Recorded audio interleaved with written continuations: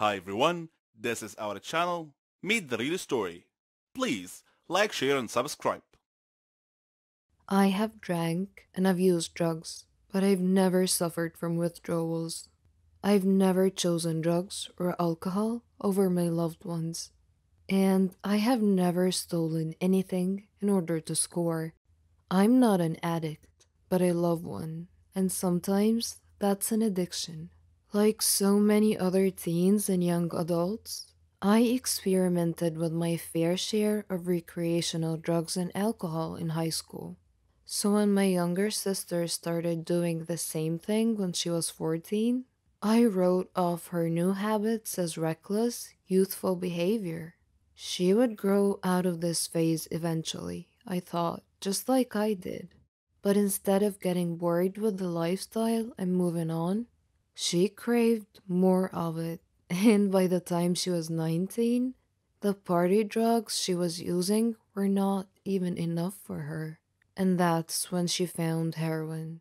One of the first things that gave away her addiction was her eyes, usually big and blue and full of light. They became dark and dodgy orbs that could never quite focus, never look you back, never hold your gaze. The look I had once found in them was long gone, and I felt uneasy whenever our eyes met, which, as she began to use more, became less and less frequent. As drugs became a bigger part of her life, everything else became smaller, even me.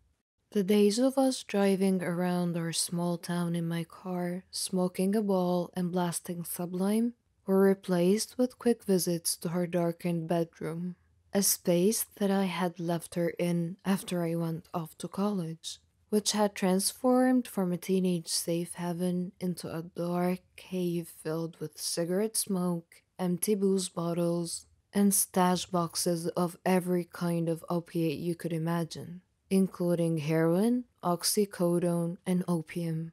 The evidence was right in front of me, but sometimes it's easier to ignore the obvious than it is to embrace the uncomfortable.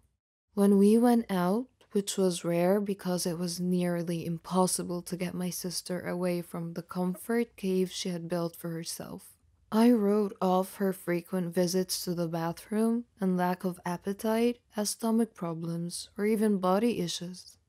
When she didn't laugh at our favorite comedy sketches, I told myself that maybe she'd just seen it too many times for it to be funny anymore. When she stayed up until 4 a.m. in the morning and slept until 3 p.m., and when she started wearing long clothes in 90-degree weather, when she couldn't hold a job, when she got her hands on money she couldn't explain, and when I actually found her stash in her purse when I was snooping one day, I just kept telling myself, she's young, she's rebelling, she'll move past this phase. I was 24 and living in Brooklyn when my 21-year-old sister called me and admitted it. Plainly and almost optimistically, she was an addict. I think you already know this, she said, voice shaky and a little too loud. But I have a drug problem. Her confession gave me no choice but to admit it too. And suddenly, my entire world had changed. The lying, the stealing, the cheating, the messy parts of an addict's life don't really change from one user to the next. They're just as dark, just as sad, and just as unforgivable as you would imagine they would be. And they're not worth the reliving and writing because I relive them every day in my own mind. Loving a drug addict is all consuming and inescapable. It's on your mind all the time. You become a husk of a human whose insides have been entirely replaced by anger, fear, and resentment, and suddenly those feelings start to bubble over into every part of your life. The little voices in your head start to tell you to be suspicious of everyone in your life. Because if this one person could betray you, if your loved one could steal from you, If your own little sister could stare you straight in the eyes and swear up and down they haven't used, when you know damn well they're hiding the drugs in their bra, then who can you trust? Your constant suspicion makes you angry too. Angry at your loved one for getting addicted in the first place. Furious at the family who sat back and watched it happen. And bitter with the entire world for allowing a problem like this to exist. But it's the guilt that hurts me most of all. Because I have taken her addiction and made it my own.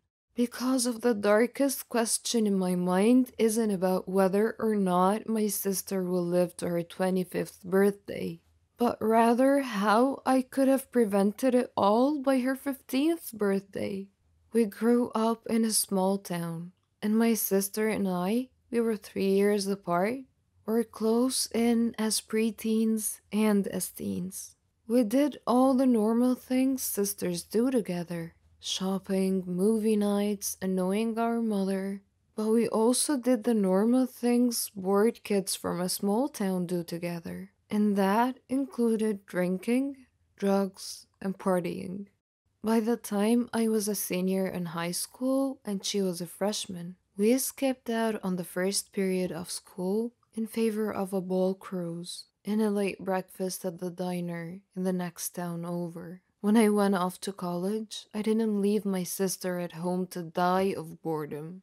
Instead, I frequently had her come visit me. And we would attend frat parties, go to raves, and stay up all night drinking, smoking, and doing whatever drug of choice. Weed, molly, ecstasy, and poppers of every variety was being passed around that night. When I would return home for visits, I made sure I always came packing weed for out west. A 30 rack of beer from the liquor store, and a small bag of the latest pill or powder to make the rounds at campus. And it didn't stop after college either. When I moved to New York for my first post-grad job, my sister came out to spend the Thanksgiving holiday with me. And instead of watching the Macy's Day Parade like we did when we were kids, we tripped on synthetic acid and made weed cookies. Even though I've traded in my own days of hard partying for a life of Friday nights spent curled up on the couch with a glass of glass, it's hard not to wonder if my influence on my sister's life led her down this dark and unending spiral of addiction. How could I have let something this awful happen to someone I love? And what role did I play in causing this? Those constant feelings of guilt are as consuming as heroin itself. Loving an addict is like being a user yourself, only instead of injecting your body with the pills and powders and alcohol, you soak your entire life in remorse and self condemnation. You convince yourself that you caused the problem and not the addict, that you're somehow in the way of the solution, not the addiction. It's selfish and self absorbed to assume you have so much power over someone else's life and something as strong as drug addiction. But when you love someone who is struggling, you just want to take everything difficult away from them, including the responsibility. And I find comfort in my guilt because I feel like as long as I own it and claim responsibility for it, I can own my sister's addiction too. If I own it, then I can control it. And if I can control it, then I can solve it. If I can solve it, then I can make sure it never happens again. But my safety blanket of guilt is more than just a desperate grasp at control. It's an addiction that feeds my soul in a vital and necessary way. A direct connection to a sister I'm constantly worried about losing. If my addiction is alive, if my guilt survives in a way, my sister will always survive too. They teach you in support groups not to blame yourself, not to hold yourself accountable for someone else's choices. But for me, letting go of that guilt is an impossible task. In my head, I know my sister's addiction is not my fault. I know I did not create my sister's addiction, but deep in the pit of my stomach, I feel these things. And unless you're the loved one of an addict, it's impossible to understand the need for both of those irrational beliefs to be true. I want to be the one in charge of my sister's addiction, because that means I have control over it. And that means I can make it go away just like I made it happen. But that's not how addiction works. No amount of wishing or hoping or praying or even loving can make it go away. We think of love as this powerful force in our lives, something that comforts us and keeps us safe and warm. But I have seen its ugly head. I've seen how destructive it can be, how painful it can feel, and how deceptive it really is. What I thought could be an all powerful weapon capable of cutting through even the thickest chains of addiction actually became a heavy set of shackles. But I began to cling to that love anyway, because I believed that if I just loved my sister hard enough, I could make her problems go away. My sister doesn't live with my family anymore. After getting clean, falling off the wagon, and repeating the cycle a few times, she decided that the best thing for her was to get on a plane and fly halfway around the world to Abu Dhabi, where she lives in a mostly drug-free country teaching preschool. She needed time and space to get away from her addiction, but no matter where in the world she runs to, my addiction to her won't be far behind. My sister has her own demons to fight, her own addictions that she will struggle with her whole life. But so do I. I'm addicted to fixing her, addicted to keeping her safe. And it's hard to see where one of our addictions starts and the other one ends. I don't know if my sister has kicked her heroin addiction for now, or if she's kicked it for good. But I don't know if I will ever be able to stop worrying about it. However, there's one thing that I know. I love my sister, and that's a habit I will never be able to kick. Hi, I am Ralph. I am 19 years old. I have simple secret that I like my mother. Don't judge me, just listen to my story. I had a quiet family, kind mother and loving father.